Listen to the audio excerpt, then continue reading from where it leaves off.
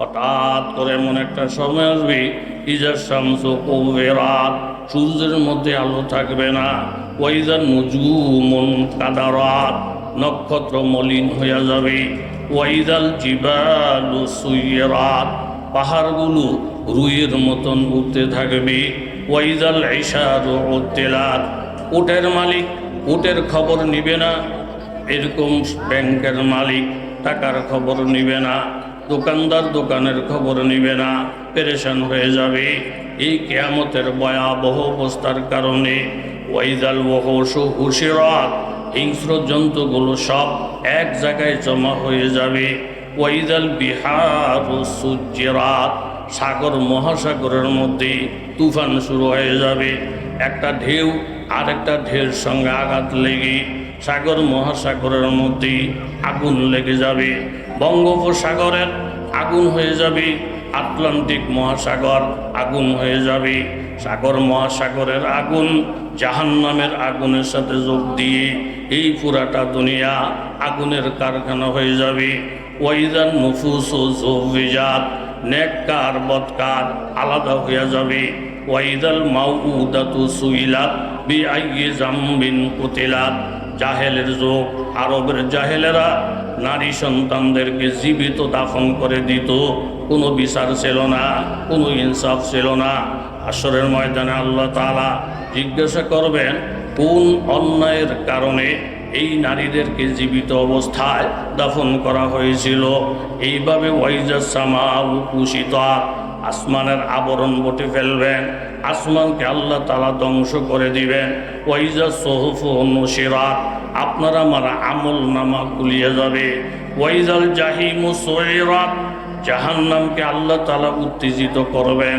ওয়াইজাল জান্নাতু উজলিফাত, জান্নাতকে টেনে টেনে আল্লাহ তাআলা কাছে নিয়ে আসবেন। এই 10টা 11টা ঘটনা যখন ঘটবে, আলিমাত নাফসুম মা আহদারাত, তখন মানুষ বুঝতে পারবে তার সামনে কি আসবে, জান্নাত না জাহান্নাম। এর আগে কেউ গ্যারান্টি দিয়ে বলতে পারবে না আমি জান্নাতে প্রবেশ করব। দিয়ালিতেছেন হা ওমা খাওয়াইলাম আমি, দাওয়াত দিলাম আমি, আমার কথাবার্তা সারা আপনি আপনার বুঝমতো মোনাজাত দেন। এরকম তারা হুজুর তো ভালো না, আমি যেমনি বলবো আপনি এমনি না মোনাজাত দিবেন। হুজুরে বলেন দোয়া কেমনে করা লাগে, ইতান পাবলিকের জিগে দোয়া করা লাগে না। দোয়া কি সিস্টেমে করতে হয় এই লেখাপড়া আমাদের ভিতরে আছে, কথা জুড়ে বলেন ঠিক কিনা? জিগে হুজুর আপনি কেমনে দোয়া করবেন? বা আমি দোয়া করবো আপনার জন্য, বাবার জন্য, মার জন্য, জেতা মরা ডাইনে বামে যা আছে প্রত্যেকের জন্য মিলেয়া আমি দোয়া করবো। খানা তো আর কম খাওয়াইন নাই। বেড়াকে হুজুর আপনার ফাউডির দর্শি, আপনি আপনার মন মতন দোয়া না কইরা খাওয়াইছি আমি, বল মাছ দিয়েছি আমি, আমার বুঝ মতন দোয়া করেন। আপনি এত 14 গোষ্ঠী মিলে যদি দোয়া করেন, দোয়া বাঘ হইতে হইতে আমার ফলার বাঘে অল্প কুদুর ভরব। হুজুর আপনার ফাউডির দর্শি, আপনার কোরআন হাদিস থন, আমি যেমনি কই এমনি দোয়া করেন। হুজুরকে আপনার খেয়াল কি? হুজুর আমার খেয়াল হইল আজকা শুধু আমার ফলাটার নাম লইয়ে দোয়া করবেন, ডাইনে বামে দোয়া ঘুরাইবেন না। আব্বা আমার কথা আজকে বলবেন না, লাগে আব্বা আমার জন্য আলাদা মুনাজাত করবো। আমার 16 বছর পরে আল্লাহ একটা ফলা দিছে, দোয়া ডাইনে বামে গেলে কইমা যাবে, একে শুধু আমার ফলা, শুধু আমার ফলা। হুজুরে বুঝছে ব্যাক কলে হুজুর করে কানে ধরে ঘুরইতে চায়। হুজুরে বলেন জীবনে তোমার দাওয়াত আর লইতাম না, তো তোমার ফলার নামই শুধু দোয়া। বলে হা, তোমার ফলার নাম কি? নাম কও। হুজুর আমার ফলার নাম সাগর। কথা কর, এটার ফলার নাম কি? কথা জোরে কর না, ফলার নাম কি? এই যখন কইছে ফলার নাম সাগর, হুজুর কো দেখেন বাজান, সাগরে 3 বার আমার বাড়ি ভাঙছে, কত টাকা পয়সার মালিক আমি ছিলাম। এই সাগইরায় আমার 17 বিঘেরি বানাইছে। আমনে কন্যা যদি আমার হাত দিয়েও ভাঙ গেলাম, এই নামে আমি দোয়া করতে পারতাম না। সাগরের নামটা শুনলেই আমার কলজের মধ্যে ভানি তাই না। তাইলে এখন আমও গেছে, সালাও গেছে। এই জাতের মানুষ সমাজের মধ্যে আসে না? নাই? জোরে বলে আছে। গরিব, চোখ নাই, আন্দা বিক্রি করে। আর একজনের ধমক সেই বেটা কানার কানা। এখানে আমরা সব গরিব মানুষ, চা খাইতে পয়সা নাই। তুই ওই সামনের দোকানে যা, এখানে বিদেশি কিছু পার্টনার আছে, এরা যদি একবার ভিক্ষা দেয় জীবনের কাম শেষ হয়ে যাব। আন্দা বেটা তো চোখ নাই, গিয়া কই এখানে বলে বিদেশি পার্টি আছে, ঘরে ভাত নাই, খাওয়ান নাই, লেহা নাই, করে নাই, অভাবে আছি, একটু সাহায্য করেন। এই একটা বিদেশ থেকে মাত্র আইসে, গরম টাকা ফট করে আন্দারে দিছে 100 টাকার নোট। আন্দায় আতায় তাতে বুঝতে পারছে 100 টাকার নোট। আল্লাহ, মাইসে 2 টাকা 5 টাকা দেয়, এই বেটার জন্য 100 টাকা দিছে, আধা ঘন্টা এর জন্য দোয়া করবো। দোয়া যে করবো, বেটা না বেরি, জুয়ান না বুড়া, বুঝ করে দোয়া না করলে তো পাবলিক বিভিন্ন রকমের আছে। এখন জুয়ান না বুড়া, বেটা না বেরি, এটা বুঝার জন্য এই ফকির আন্দা বেটার মাথার মধ্যে হাত দিছে। হাত দিয়ে দেয় মা গো, বড় বড় চুল, গলার মধ্যে হাত দিয়ে দেয় একটা মোড়া সিল, কানের মধ্যে হাত দিয়ে দেয় এন কানের দুল। বেটা আর আতাহাতের দরকার নাই, 3 জায়গা হাত দিয়া আমার বুঝইছে, যেহেতু চুল বড়, গলার সিল, কানের মধ্যে জিনিস, বেটা টের হয়ে গেছে লোকটাকে। হ্যাঁ, হাত উঠেছে, হাত উঠে আল্লাহ, এই মাইয়াডায় আমার 100 টাকা দিছে, হ্যাঁ বালাসে একটা জামাইয়ের ব্যবস্থা করে দেন। হে দোলাপ, তুই তো দেই বেড়া, আমি মেয়ে নাকি? তুই কি? আমি যে আস্তা বেড়া, তুই কোন হওয়াদের বেড়া? চুল রাখছত মায়ের ডক, চেন ফিনছত মায়ের ডক, জিনিস ফিনছত মায়ের ডক, এরকম বেড়া হইয়া বেটির শুরু ধরে এরকম যুবক আমার বাংলাদেশে কথা জুড়ে বলেন আছে না নাই?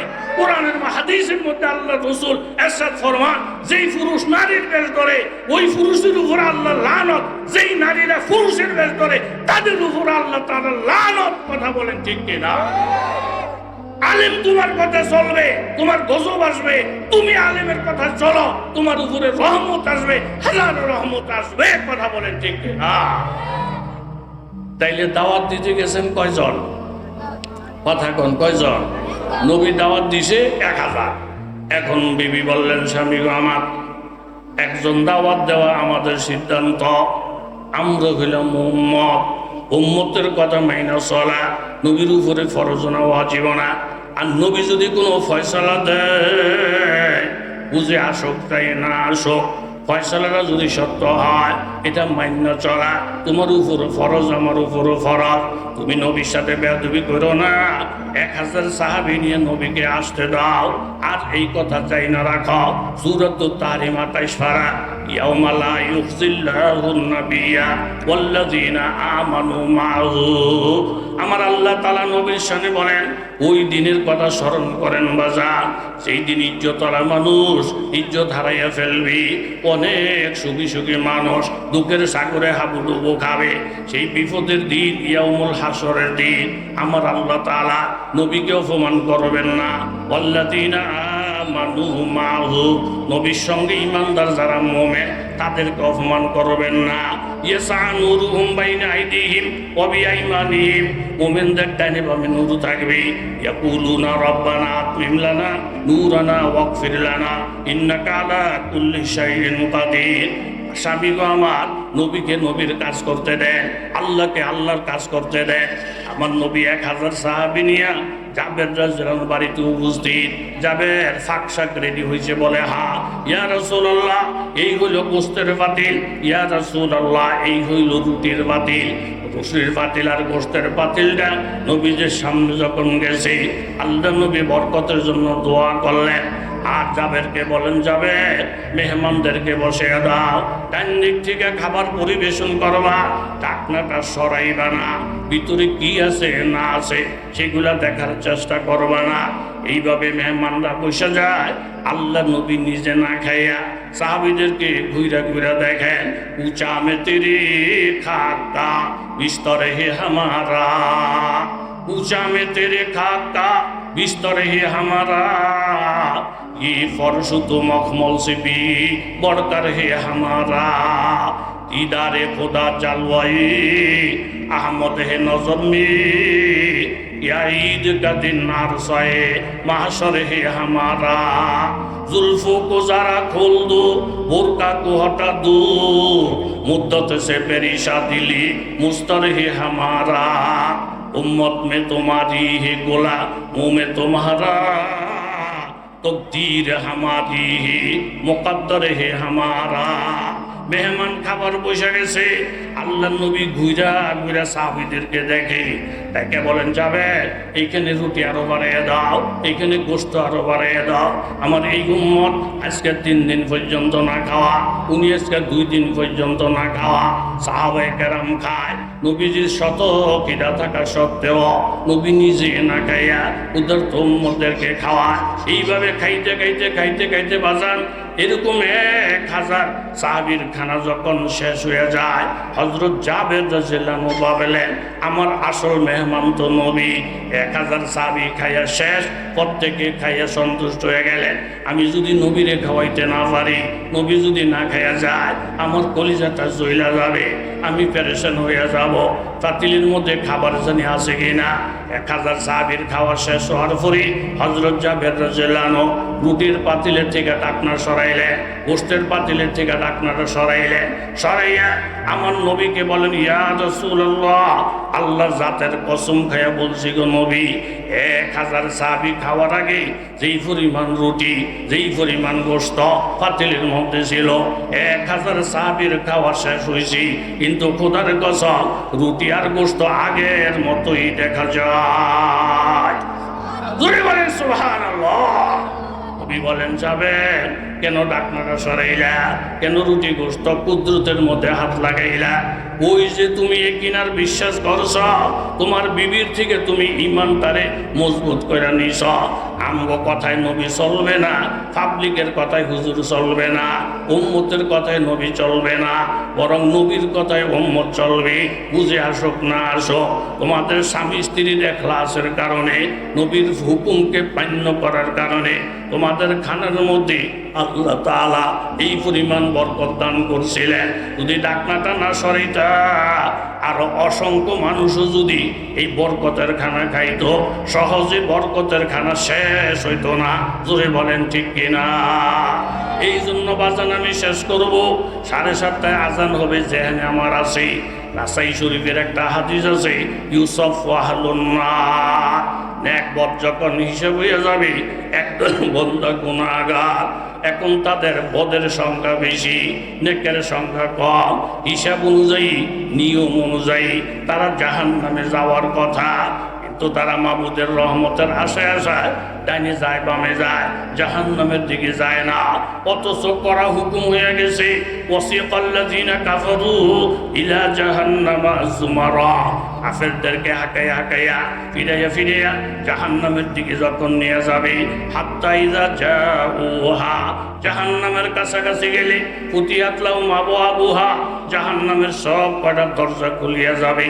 ওয়াকালা লাহুম খাজানাতুহা, জাহান্নামের দায়িত্বশীলেরা বলবে, আলাম নাকুম, জাহান্নামের দায়িত্বশীলেরা বলবে, এরকম লিকা ইয়াউমিকুম হাযা, তোমাদের কাছে কি এমন আলেমরা আসে নাই, এই জাহান্নামের ভয় দেখায় নাই? ক্বালু বালা ওয়ালাকিন, এরকম ওয়ালাকিন হাক্কাত কালিমাতুল আযাব আলাল কাফিরিন, আল্লাহ আযাব গজবের ভয় দেখাইছে, কিন্তু ঈমান লই নাই, কাফের হইছি, কাফেরের শাস্তির যোগ্য হয়ে গেছি।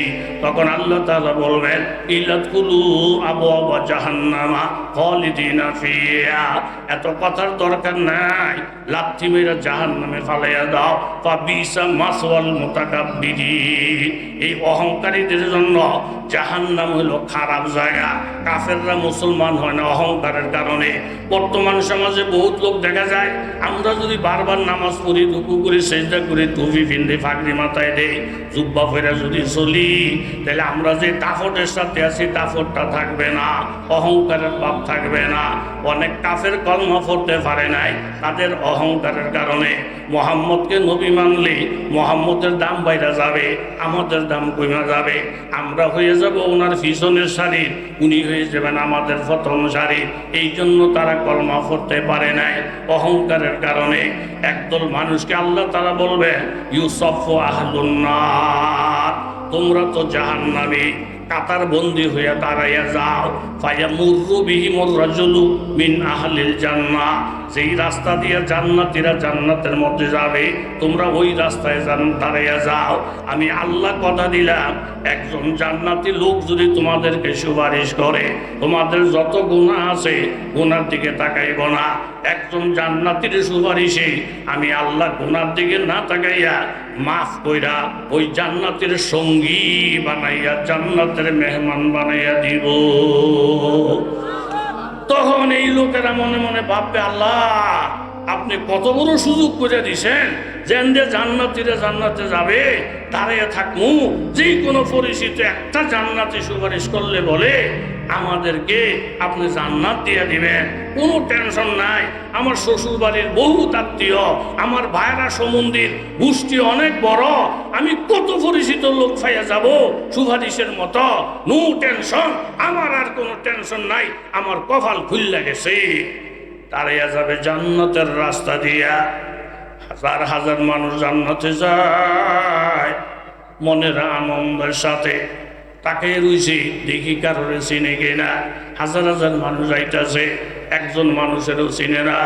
আফসোস করে বলবে, আল্লাহ গো আমার আত্মীয় স্বজন গুলা গেল কোথায়, জীবনে আমার বন্ধু বান্ধব গুলা গেল কোথায়, যাদের সাথে জীবন কাটাইলাম, রাতের পর রাত যাদের সঙ্গ দিলা, হোটেলে কাটাইলা, টেলিফোন করলে আইবের দিকে না তাকাইয়া বন্ধুর পিছনে পিছনে গেলাম।